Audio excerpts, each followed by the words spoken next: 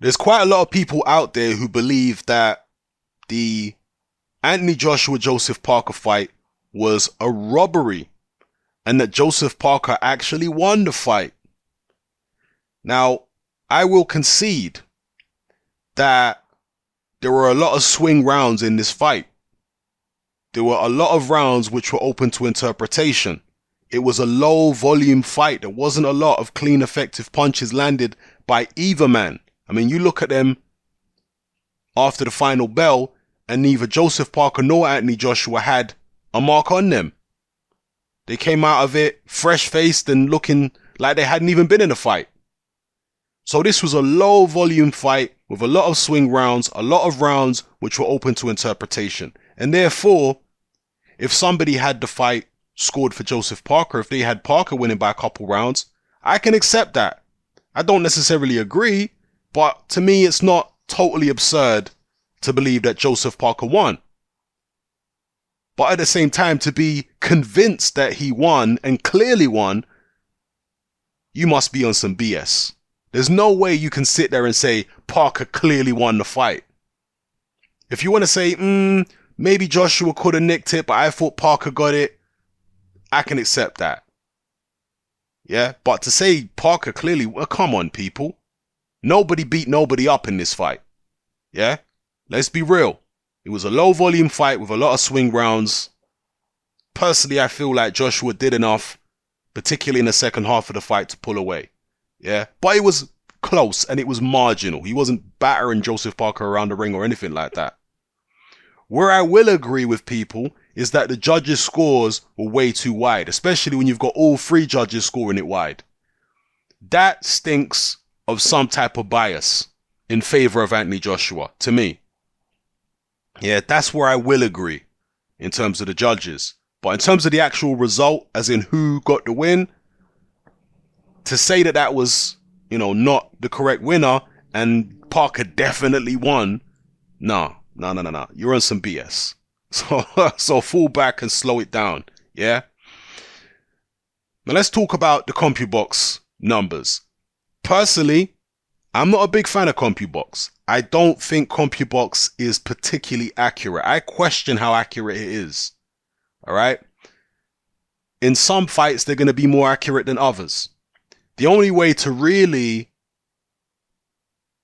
get a good indication of how many punches were landed would be to actually go and watch the fight back on, HD, in HD, and, watch it in slow motion and count each individual punch. That's the only way to even get close to finding out an accurate punch count.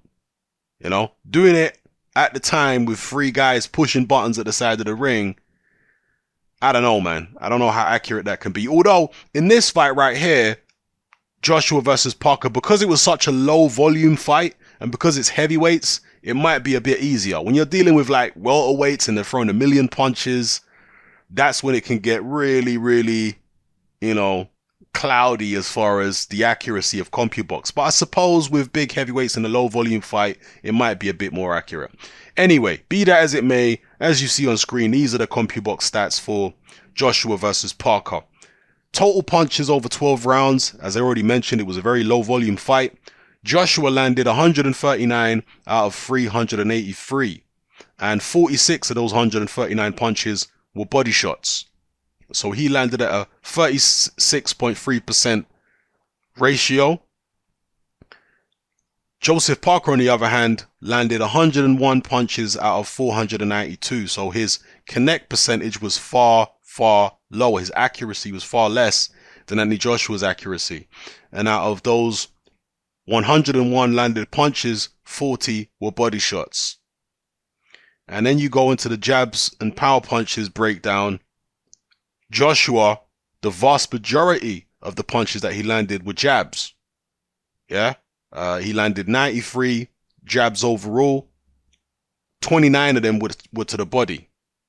And that was out of 270 jabs in total. So he was landing at a 34.4% ratio there. Joseph Parker, on the other hand, total jabs 49 landed out of 316. So he threw a lot, but he wasn't landing a lot of the jabs, according to Compubox. He was throwing a lot of jabs. I noticed that in the early rounds particularly, he was throwing a lot of jabs. His jab was very fast and snappy. He was hitting Joshua's gloves a lot of the time, but some of the jabs were getting through, and he was also landing jabs to the body. But still, they had him landing just 49 jabs out of 316, 11 of those jabs to the body. Now, the power punches to me are the interesting part here. Joshua, in the whole fight, only landed 46 power punches out of 113 thrown. All right, 46 power punches in a 12-round fight for a heavyweight. That is a very, very, very few. That's a very low amount of power punches to be landing in a 12-round fight. He did land a high percentage, though, at 40.7%. 46 punches out of 113. 17 were to the body out of his power punches. This is where there's a big difference. Joseph Parker landed more power punches in the fight overall, 52 out of 176. And interestingly, he landed 29 power punches to the body. That is one thing I noticed. He was landing hooks to Anthony Joshua's body. Definitely noticed he landed a lot more hooks to Joshua's body and straight right hands than Joshua landed to his. So yeah, that is fairly interesting. The difference in body punching there.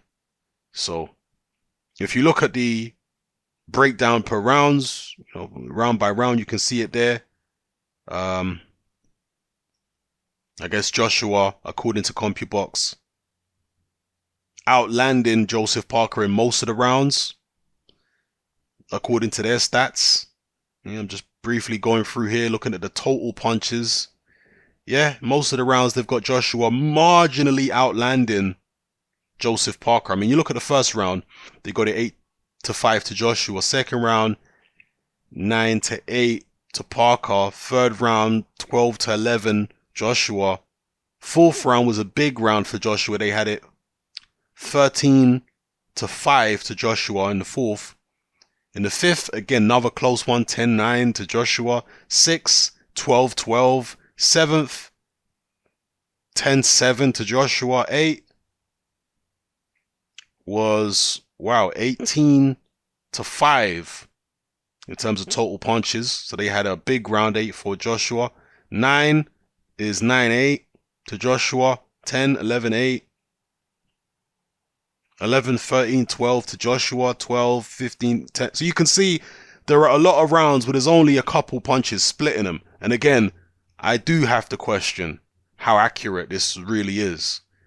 What my eyes saw were a lot of very close rounds, a lot of swing rounds, a lot of rounds which were so marginal that you can't really argue against somebody giving some of those rounds to Joseph Parker. So again, if some people had Joseph Parker winning, I've got no issue with that. I think it's a little bit of a stretch, but I don't think it's totally ridiculous. Yeah, let's just put it that way. But to say that Parker, that Joshua winning was ridiculous and that there's no way he won and Parker clearly won, nah. You're not objective, or you just don't know how to score a boxing match. That's that. So let me know what you guys think in the comments, man. The Compubox stats. Are you a fan of Compubox? How accurate do you think these stats are? How did you score it? Give me your scorecards. Let me know how you had it. Off the top of my head, I think I had it, what was it? Did I have it 117 to 112 or something like that for Joshua? Or 116, 112 or 117, 130? I can't remember exactly how I had it now. But I had it fairly comfortable for Anthony Joshua. I didn't have no 118, 109 and shit like that. Like the judges had it. But yeah, I had it fairly comfortable for Anthony Joshua. But again, swing rounds there. Rounds where I could have given certain to Parker. If I go watch it again, I might score it slightly differently. But the overall impression I had was that Anthony Joshua was the ring general. He landed slightly the more clean, effective shots in most of the rounds. And Joseph Parker, to me, just didn't do enough. He just didn't do enough. And I was disappointed. As I said in my post-fight review, Parker just didn't do enough late. He disappointed me, actually, Joseph Parker. I thought the Samoan warrior spirit would come out in the late rounds and he'd really give it a go. And I've spoken about the referee. The referee was terrible and up close didn't allow any kind of work at all. So that probably played more into Joshua's hands than Parker's. In fact, almost definitely played more into Joshua's hands, because Parker, being the guy with the shorter arms, who's quicker up close, he wasn't permitted to do any kind of work when they got inside, you know, where Parker might possibly have done the better work. Joshua's very physically strong. We have to take that into account. And Joshua can throw punches up close too. And he's very physically strong. But, you know, anyway, let me stop waffling here, people. Let me know how you feel about everything I've talked about in this video. All right, it's happening. I'm out.